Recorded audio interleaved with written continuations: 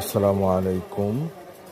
আপনাদের মাঝে আজকে ফুলের কিছু কালেকশন নিয়ে উপস্থিত হয়েছি। আমাদের নতুন কিছু ফুলের কালেকশন ইতিমধ্যে হাতে এসে পৌঁছেছে।